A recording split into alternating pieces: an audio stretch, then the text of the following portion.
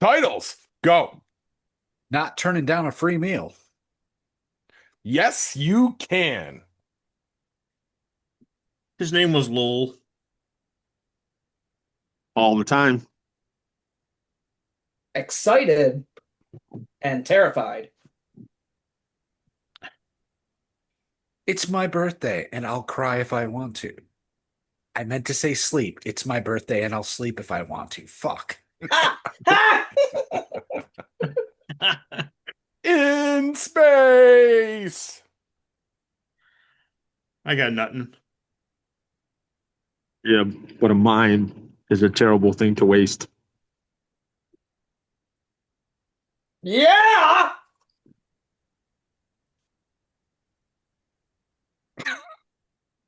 Hey, how was that? Let's do this. Quick, end it while he's fucking like silenced. Go. Yeah! Warning! What you are about to hear contains explicit language, adult themes, and potentially disturbing content. The views and opinions expressed are those of the hosts and do not reflect the opinions of anyone else, anywhere, ever, in the history of the world. This podcast is intended for an immature audience and should not be listened to by anyone, anywhere, ever, in the history of the world. You know, fuck it. You've been warned.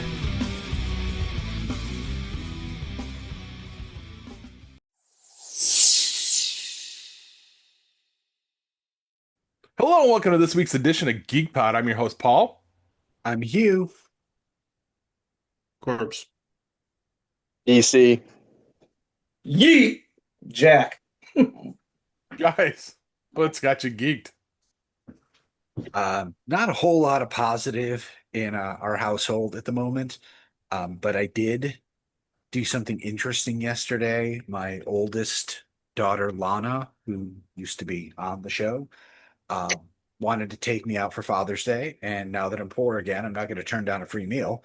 So uh, Damara dropped me off at originally we were going to go to this Indian place called Flavor of India that they really like. And I just say this is the second time we tried to go there, and the second time they've been closed when their hours say they should be open. So fuck you, Flavor of India.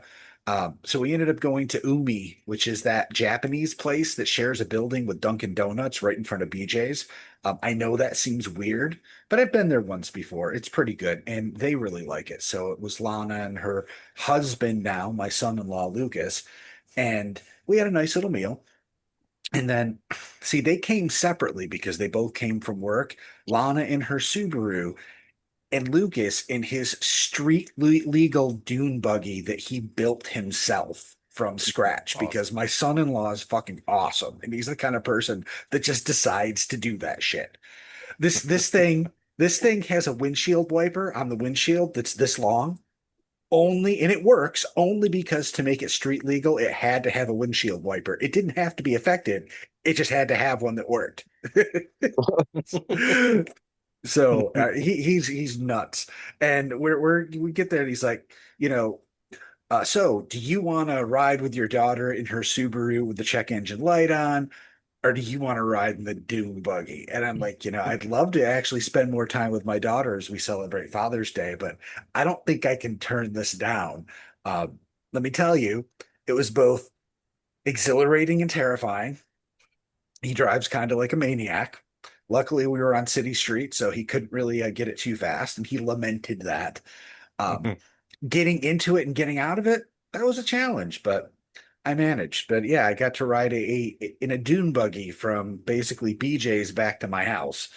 Uh, that was definitely a cool experience. That's awesome. Let's hold out for dear life. You're like, but this is awesome. Yeah, pretty much. And of course, we're both big guys, so I feel like we were kind of spilling out of the thing anyway. And of course, everybody's looking at you. He is driving fast, braking hard, and he's got a Bluetooth speaker right behind our heads playing Dragon Force at like full volume.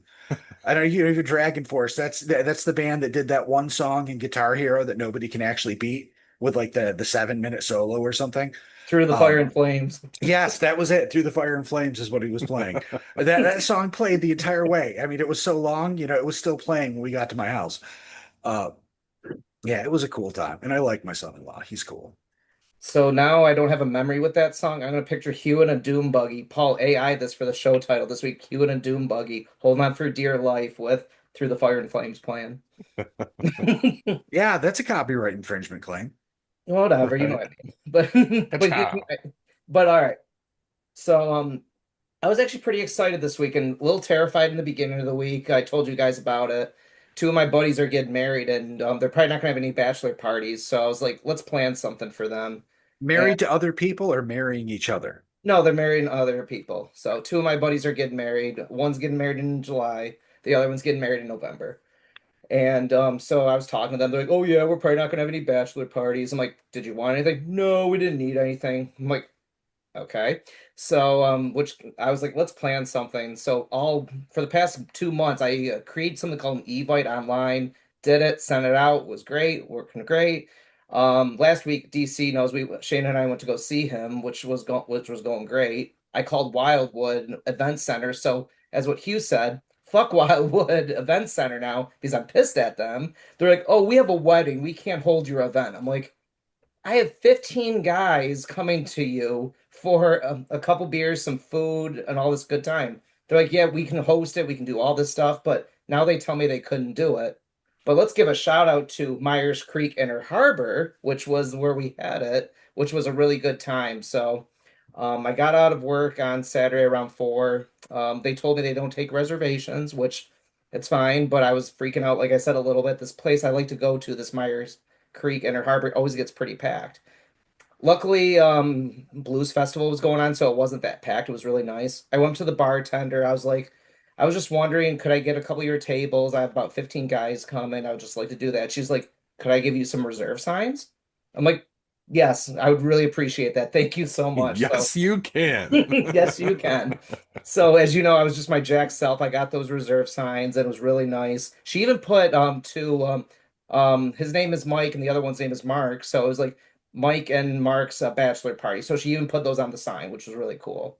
So we got 3 tables, about 15 guys showed up. One of my buddies brought his father, and of course my dad was invited too. So everyone wanted to see my dad. So which was really nice. But after it was all said and done, you guys have probably done this before. I just took a step back and I was like, took the deep breath and I was like, this is all done. But everyone's having a good time. You see everybody communicating, talking with one another. It went very well. So very impressive. So Myers Creek Inner Harbor was a very good place. I highly recommend it. The food's good, good drinks. They had a band playing. I just went up to the bartender at the end and I was like, thank you for doing this. She was like, oh, no, no sweat. You're very sweet. I really appreciate the business. And she gave me 3 free drink tokens. So I'm like, Nice. okay, that was pretty cool. Like because the drinks there are about like $7 to $9 a piece. It's an upscale place. The food's about like $20 a pizza. It is a little bit more expensive, but it is very good food and very good drinks. So I was Now, like, just think, Jack, you could have held that at Diamond Dolls and gotten 3 free courses of antibiotics at the end of the night. and a Right. hepatitis and a hepatitis B shot to go along with it. I actually went to a bachelor party once. Do you guys remember the Lucky Penny back in the day? It was downtown. It was really bad. Yeah, that was an interesting time. That was back in the early 2000s. So I was like in high school at that bachelor party. So yeah, that was an interesting time. But this was fun though over the weekend going to this place and like having my dad show up and having a good celebration for my friends. And of course, all my friends, they don't respond in a group chat. They respond individually like, thanks for putting this on. Thanks for putting this on. Or like, where's this going? One guy even asked me, he's younger than me, mind you. He's like, can I map quest this place? I'm like, just put it in your phone, dude. You're gonna find it. It's like, come on, dude. But Yeah, I'm glad it's over. It was a fun time though. Cool. good. Yes.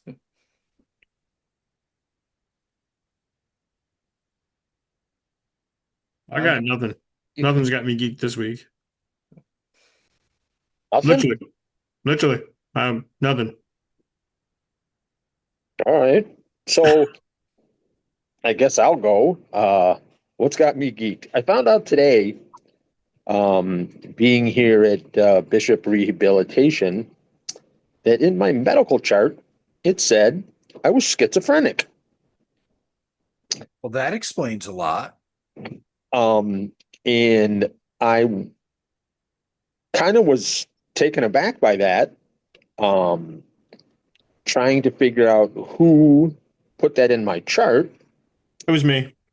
I have no doubt. I they explained it a little bit more to me. They're like, it's, when you talk to yourself and you have hallucinations constantly and all that other kind of stuff. The woman was like, do you have any of that? And I'm like, no, I don't hallucinate all the time. Like, it's not constant. He put the modifier on there. Checkbox. I'm like, what the hell? So that had me geeked in a weird way. The other thing that has me geeked because, well, there's not much I can do. So in physical therapy, today was my third day in physical therapy. Monday, I walked All with right. with a walker about 30 steps in total. None to the Yesterday, side, right? huh? None to No, the side, right? none to the side. No, that's actually a lot of pain if I try to pivot. Okay. So, and then yesterday, I walked about a total of like 40 steps combined. And then today, I walked almost entirely around the room twice. Awesome. That's really Things are good. getting better. I have PT tomorrow morning, and then I have a doctor's appointment in the afternoon for them to remove the sutures I'm hoping from my leg. And clean everything up and change the bandages and all that other kind of stuff. I will say this place is completely different than either of the two places I've been in before. The food isn't that bad once they finally got what I'm supposed to have. The only good thing I can say is that at every meal I get at least 1 or 2 or maybe even 3 cups of coffee and it's hot. Nice. I can't say that the food is hot. I get scrambled eggs just about every morning and they're always cold. Pour some hot coffee on them. Right. The staff, like the administrative staff, is really cool. It's a couple of cute ones. And then, but the aides leave a lot to be desired. It's actually worse than Van Dyne, and Van Dyne was horrible. And they were looking for places for me to go, and Van Dyne wasn't taking admissions, is because they're being federally investigated. Ooh. Apparently, according to the woman I was talking to today, they owe the federal government like $340 million. So that's why I couldn't go there. So a lot of things doing with patient care and things like that. And, there's business investors out of Long Island. Those are the guys that own the place, and they never come up and see anything. So found that out today. But all in all, my recovery is going well. Next week, there's a meeting about when I can come back, when I can get out of here. So I'm hoping that it's shortly thereafter. Though they would let me leave to come and play Dungeons and Dragons, I just don't know how that would go. If I'm still here, I'm hoping not to be in here.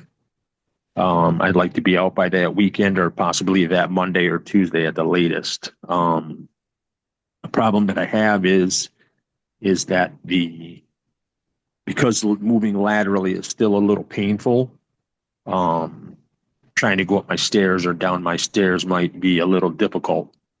But I'm I'm not hesitant. The first day I walked, I was hesitant. I death gripped the walker like nobody's business. I could have bent it. But today I was a lot more relaxed. And I'm wearing both my prosthetics, and they both go on very easily now. And still have a little bit of pain, but it's more just because I'm sitting all day. I don't get out of the bed, except I sit in my wheelchair for a little while, but then that gets a little uncomfortable, so I move back into the bed. My father's been up to see me a couple of times. So that's really it. I can't really say I have much else because it's not much else for me to do. I mean, I can only watch so much TV and so much on my phone, but I have been watching a lot of wrestling stuff. So old school wrestling. Nice. So yeah, I watched some old ladder matches, which were really kind of cool. So a couple of ones I was like, oh my God, I can't believe they just did that to somebody. Um, but yeah, that's it for me. All right. Well, I guess it's my turn. So something really cool just fell into my lap yesterday. Not literally. Um, but um now I told you guys, I may not have talked about it on the show, but I told you that I was invited to a what basically a private screening of Masters of the Universe out in Auburn. A buddy of mine was celebrating his 50th birthday. He rented out an entire theater, and I got invited to go out and watch the movie with those guys. It was cool. Well, the same guy messages me yesterday and says, Paul, I have a very important question. I need you to pay attention right now. Um, and then he starts giving me riddles. And it was about, it's, this gentleman, adorns your hat and most of your shirts. And he's on my hoodie and my hat, blah, blah, blah, blah, blah. And I'm like, okay, he's talking about CM Punk. And so I send him a gif of CM Punk, like kind of giving him a like, duh face. And he goes, what would you say if I asked you to go to Fanatics Fest and meet him? That was my face. But it was funny because the night before, we were actually talking about it during Raw, and Kristen started looking up prices and stuff, and to do a photo op with Punk is like $300. Wow. And that's not even getting into the place. So I'm like, dude, I can't justify that. He's like, would it make it more affordable if I told you all you have to do is drive us there?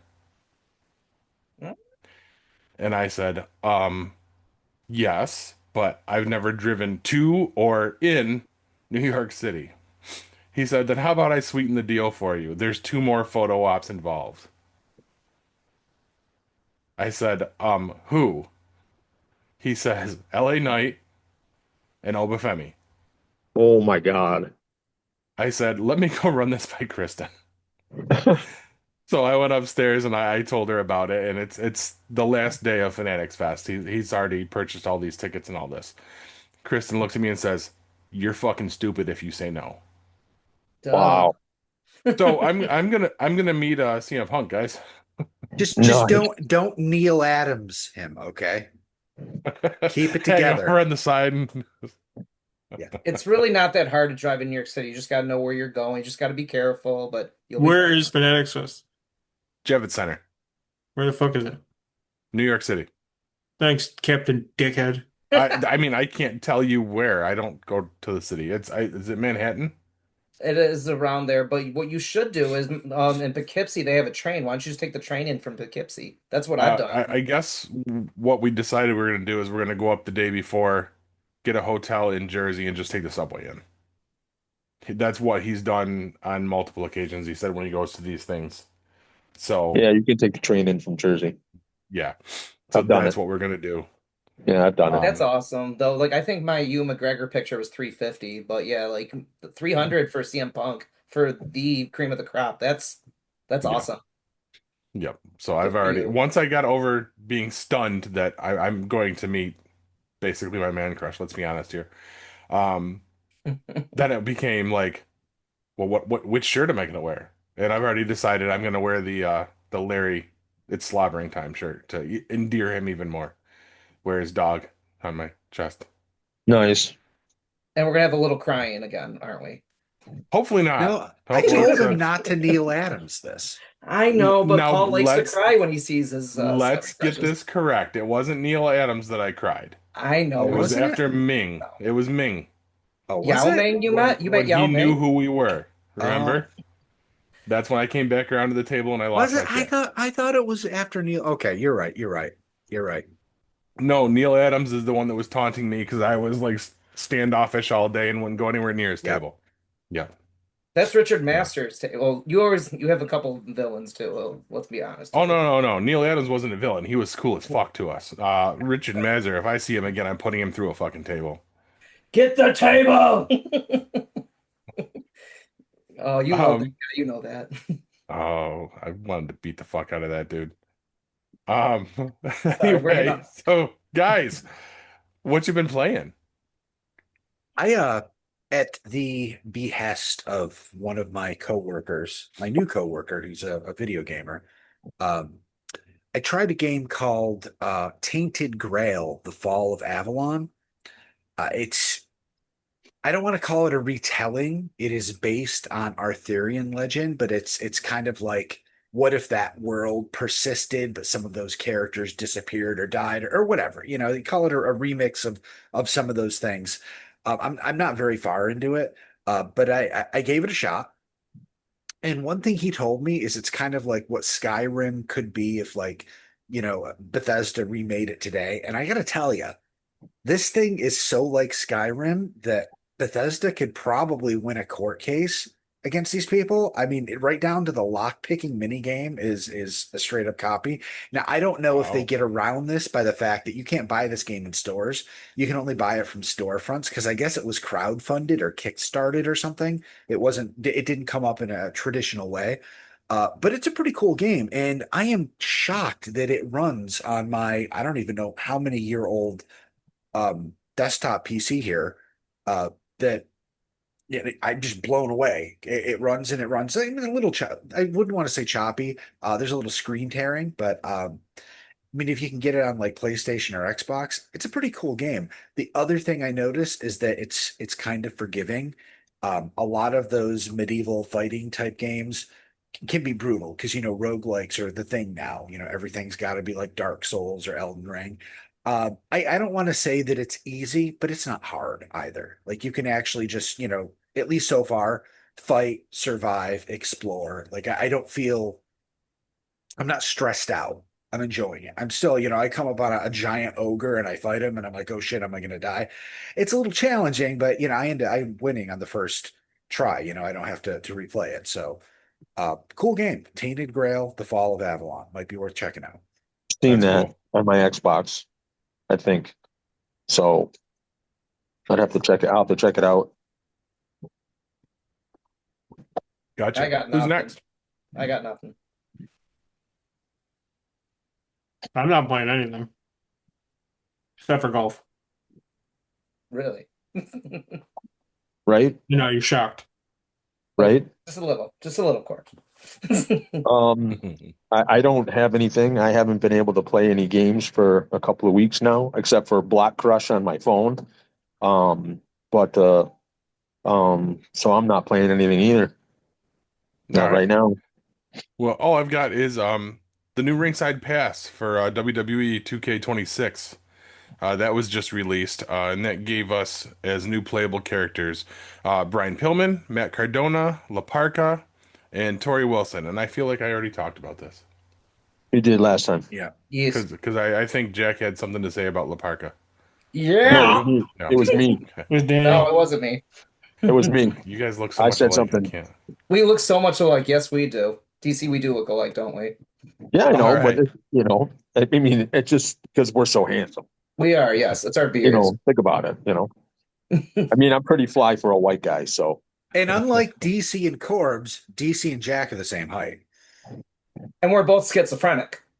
Right. Right. That Stop tracks. it. Stop it. Stop. Sorry. What's up? Stop. That's offensive to DC. Come on. I said we're both. What it is I got somebody whispering in my ear right now going, shh, quiet. All four of us are schizophrenic. Don't tell Chill. them. Right. Don't tell them that. All right. On that note, why don't we kick it to break and we'll come back with the news. Stick with us, guys. Yeah.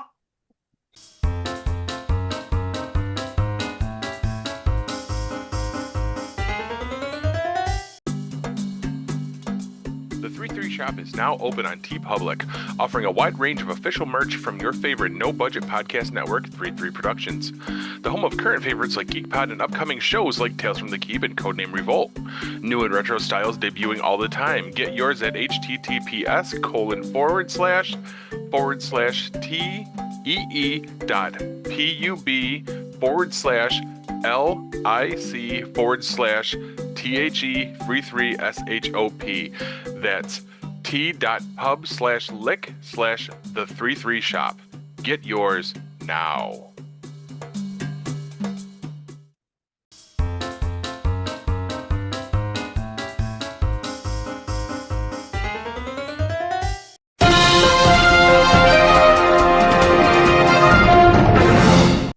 Now, before you sleep through your very own expensive UFC-themed birthday party and an important meeting in front of world leaders the next day, here's the news. First up, The Revolution will be streaming on Paramount Plus. The DOJ apparently thwarted an attempted terror plot aimed at the America 250 event on the White House lawn this past Sunday. 5 men from across the country met on TikTok and made a plan to use explosive drones and sniper rifles to take out high-value targets at the totally not gay, half-naked, sweaty man birthday party for our country and president. In opposition to everything the right says about these terror attacks, these were hard-right Christian and former military members wanting to jumpstart a revolution, apparently upset about such things as government corruption, the handling of the Epstein files, and data centers taking up all the water in communities. No liberal blue-haired trans something or other in the mix. In fact, they are the exact audience I thought this event was targeted at, and they wanted to kill him, so, okay. But you know how they got caught? The ringleader. His mom told on him. She called the cops when he got a big shipment of firearms. How embarrassing to have your diabolical plot to shoot the president and vice president foiled by your mommy. Next up, all the human monies. Last week, Elon Musk became the world's first trillionaire after his company SpaceX went public. And while there may be lots to say about that, less than a week later, he is already a third of the way to his second trillion. His net worth grew to even more to 1.4 trillion and will likely lead to him being the world's first multi-trillionaire. Now, I don't want to get into a debate about whether someone should be allowed to amass such an obscene amount of money. I get the argument, as well as the other side, which thinks people should just be able to earn as much as they can, whatever. I just want to clarify that he could give away $1 trillion and still be the richest person in the world. He could buy all the human governments in the world now, not just ours. At this rate, is he going to leave any money for the rest of us? And finally, the last laugh. On the finale episode of The Late Show with Stephen Colbert earlier this year, he had the house band play the theme song from Peanuts, after which he said, "Oh no, I hope this doesn't cost CBS any money." Well, it turns out it did. It has been reported that CBS has settled with the Lee Mendelsohn Film Productions company, who owns the copyright on the music, and has donated an undisclosed sum to the World Central Kitchen. And here I thought I was cool at 17 when I absconded with a few cans of cheddar cheese sauce after being fired from Arby's. None of us will ever be fucking over the cowards at CBS with a cartoon character cool. Well played, sir. And that's the news, kids. Now, remember, life is weird. I didn't have both Stargate and Doctor Who getting canceled, my wife getting laid off on my bingo card for this month. I also didn't have a terrifying ride in a street-legal dune buggy, AI arguing with me that chicken is ground beef, and admitting to a felony in my news segment on it either. But here we are. Life is weird. Paul? Went to a silent auction. Won a dog whistle and 2 mimes. And it's trivia time with Jack.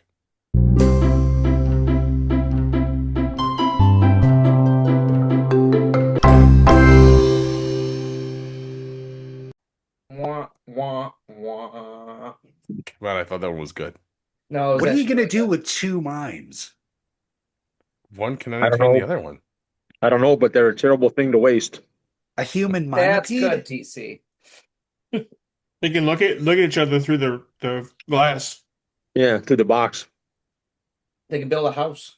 All right. So, trivia time, you say? All right. There is a theme tonight, so let's see if you get the theme as well. So, all right, Paul, pick a number between 1 and 5. 3. 3. How old was Tiger Woods when he won his first Masters? He I love Corbs. was 24. Is he right, Corbs? 6. Nope. 26. What is it, Corbs? 28. What I do you want to say say? he was 19 or 20. Jesus. I don't think he was even able to drink at the time he won his first Masters. But I'm not 100% sure. It is 21. He was legal. Okay.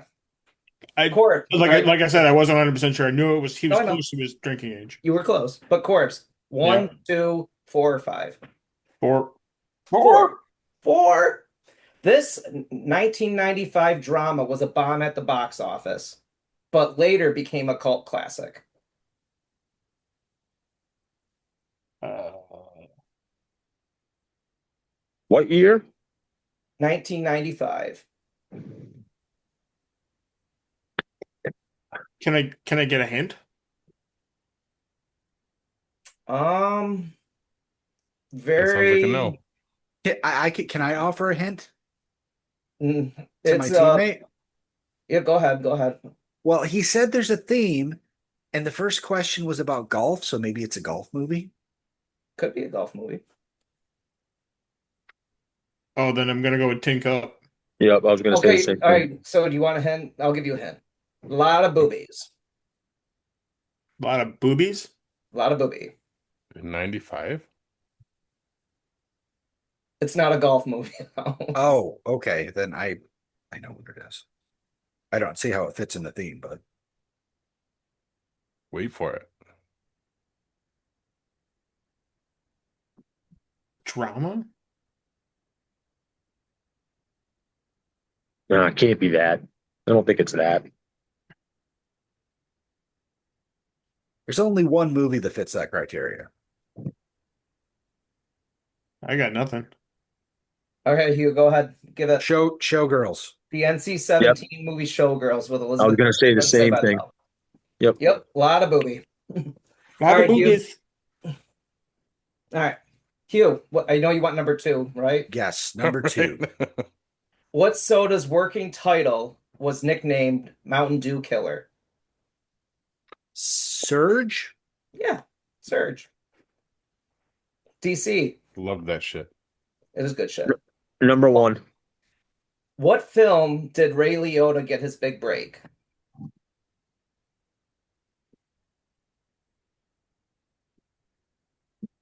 Field of Dreams.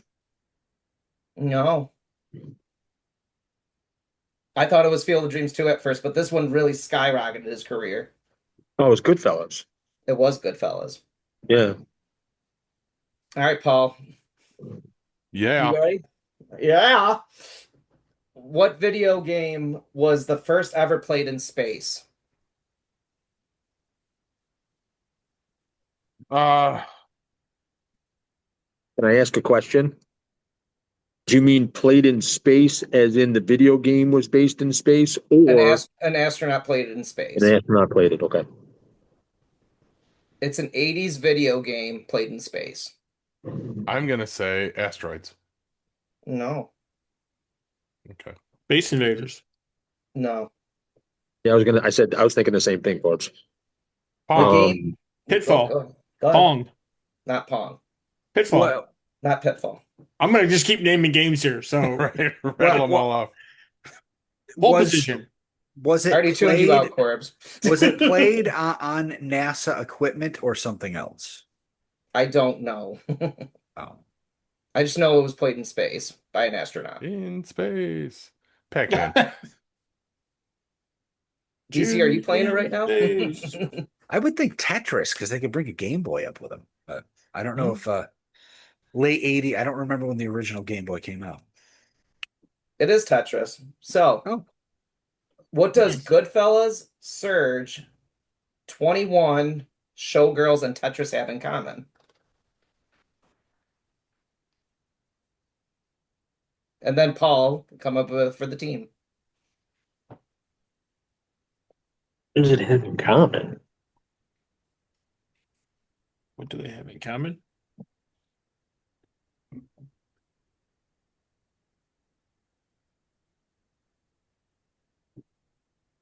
Um, They're no longer relevant.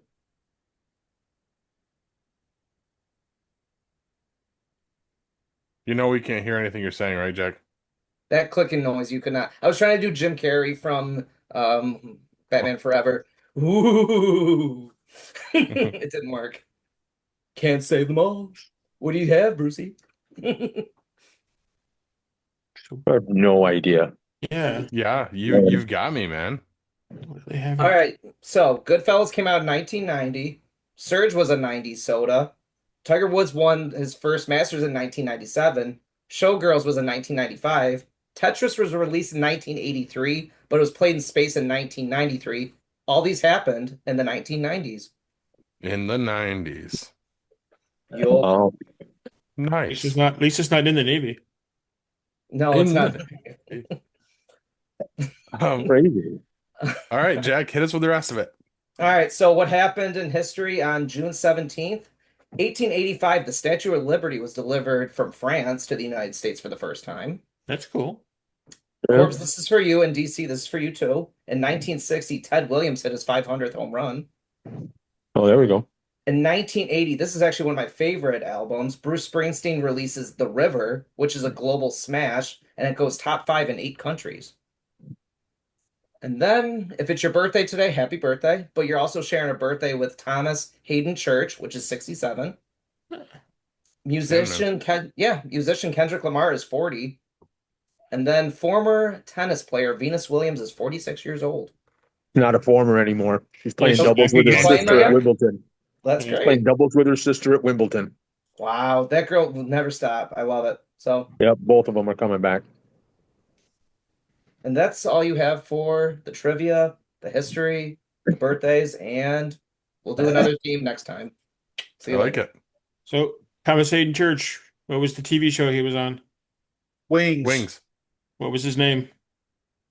It was his character's name on Wings. I don't Oh my remember. god. I never watched it. Was it good? It was good. I liked it. Yeah, it was I a good remember he show. was a I liked it. mechanic. Right? He was the mechanic, correct? Yes. I just remember him from George of the Jungle where he falls in the poop. But yes, he is a good actor though. I I'll have to don't- watch His name was Lowell. Lowell. Lowell. Yes. Very good. Yeah, he was also was it Sandman or whatever yeah. in Spider-Man 3? Yeah, and Yep. he was in the newest Spider-Man too. No, Oh. he wasn't. His character you- was. You know what I meant. They yes. didn't get him to come back, so they CGI'd his ass into it. Did they really? I didn't know that. Yep. I didn't. Yeah. Wow. I just saw previews right before I got on of the the trailer new for one? the new Spider-Man. Yeah, that looks awesome. good. Yeah. Everyone's trying to figure out who this new mystery villain is. That's the mind control guy or whatever. I think Yeah. I know. It's me. I s- I was trying to look, but it looks like there's Venom is in it too. Oh, In the trailer Really? that I saw. Yeah, Venom is in it. I saw it. I saw Venom in it. and the guy Interesting. that plays Ezra Bridger in Ahsoka is going to be MJ's boyfriend. I heard. So Nice. Very nice. I don't. All right.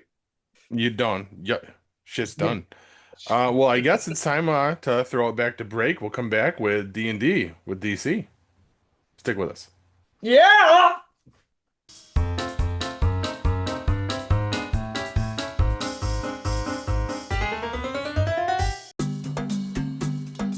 The 3-3 shop is now open on TeePublic, offering a wide range of official merch from your favorite no-budget podcast network, 3-3 Productions.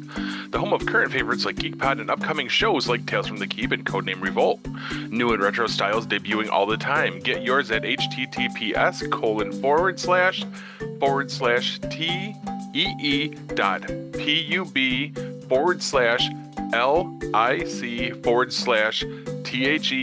https://tee.pub/lic/THE33SHOP. That's t.pub/lick/the33 shop. Get yours now.